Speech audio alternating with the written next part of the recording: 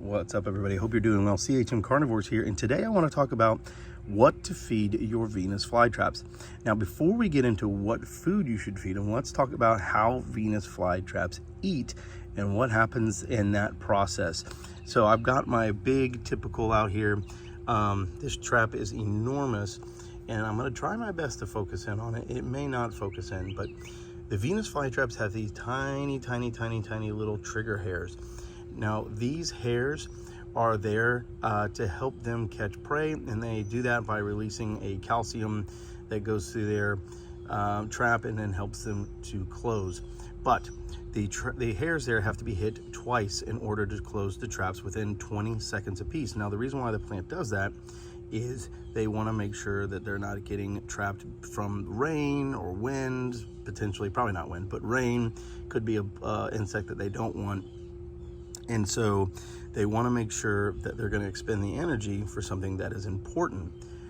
Now, once the trap closes, that's not all there is to it. So those trigger hairs need to be continuously triggered by a moving live prey for the trap to close even tighter. And I have an example of that here.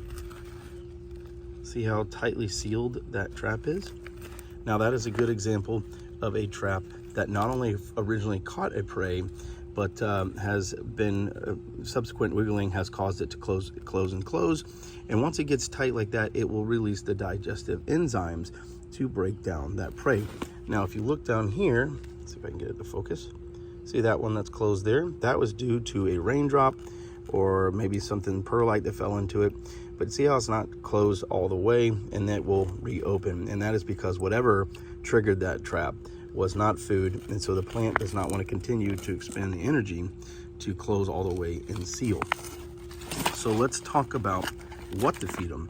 And if you were listening to that sort of breakdown of how they eat, you'll know that live prey is what you're going to need. You could try using dead prey, but more than likely it will close around them if you trigger the hairs, but it's not going to close enough to give you that tight seal to catch your prey.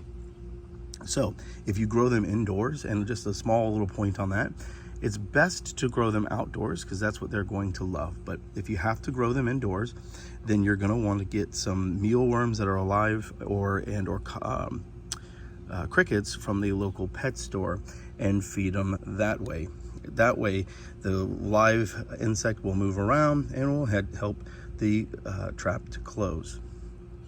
If you do grow them outdoors, you can feed them supplemental food, any insects that you catch, mealworms, anything like that. But for the most part, you will not need to worry about feeding them because they are going to catch all their food that they need.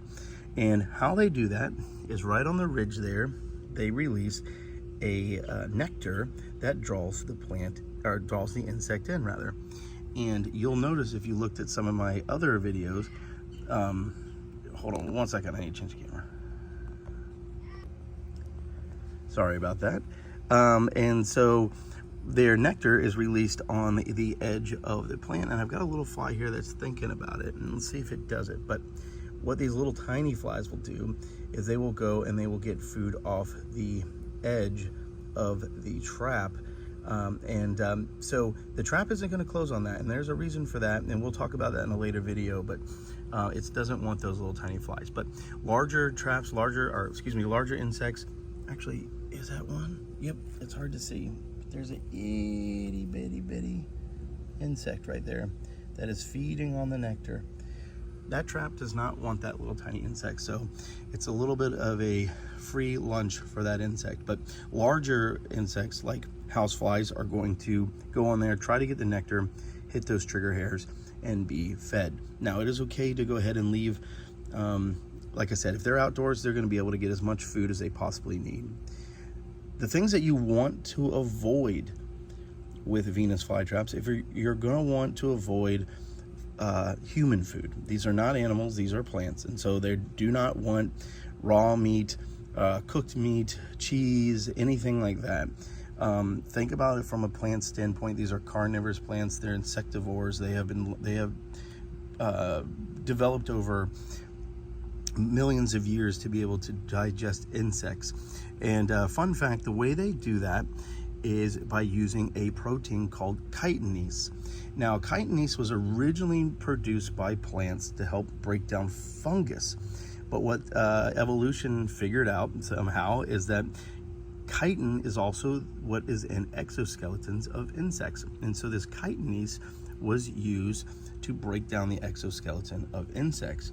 And as a result, the plants have used that to break down the exoskeleton and extract the juices from insects. And so it's very important that they get those insects with that chitin. Now, they don't always need it. They can feast on arachnids and stuff like that, but feeding them human food is not going to give them that. And not only will it use up the energy, the trap isn't going to seal all the way, and it will most definitely rot your plant. It can also give them far too many sort of a pH imbalance, and so you don't want to deal with that. The biggest thing that I've found with most carnivorous plants, but specifically Venus flytraps, is less is more. The less you fuss over them, the less you handle them, the less you mess with them, the better they do.